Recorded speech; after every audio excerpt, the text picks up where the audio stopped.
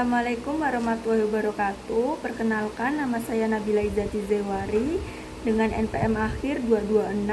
Di sini saya akan menjawab soal UTS mata kuliah Ekonomi Politik.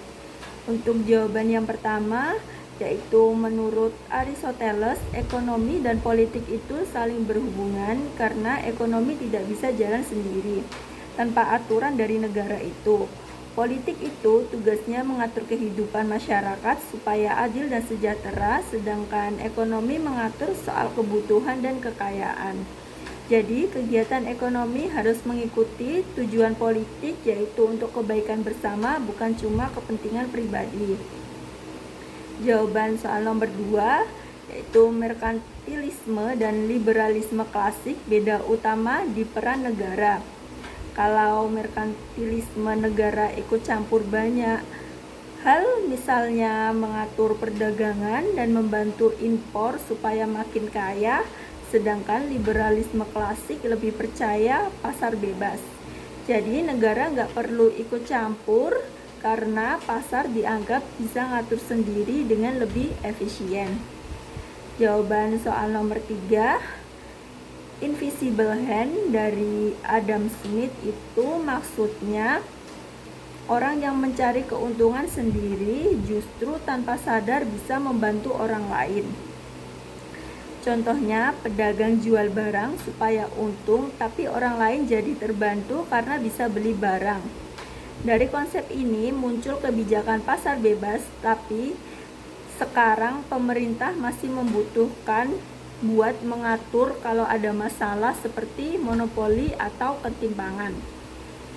Jawaban soal nomor 4, Karl Marx mengkritik kapitalisme karena dianggap bikin ketimpangan. Menurut dia, pemilik modal dapat keuntungan besar dari kerja buruh, tapi buruh cuma dapat upah kecil. Akibatnya orang kaya makin kaya dan yang miskin makin miskin. Dan akhirnya muncul kesenjangan sosial serta konflik antara kelas pekerja dan pemilik modal. Jawaban soal nomor 5, ekonomi liberal dan sosialis punya cara beda untuk mengatasi ketimpangan. Liberal lebih mengandalkan pasar dan berharap semua orang bisa maju lewat kesempatan yang sama.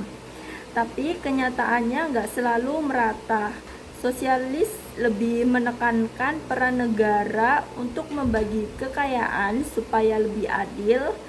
Kalau sekarang yang paling cocok itu gabungan keduanya, karena pasar tetap penting untuk perkembangan ekonomi, tapi negara juga perlu turun tangan supaya tidak terjadi ketimpangan yang terlalu besar.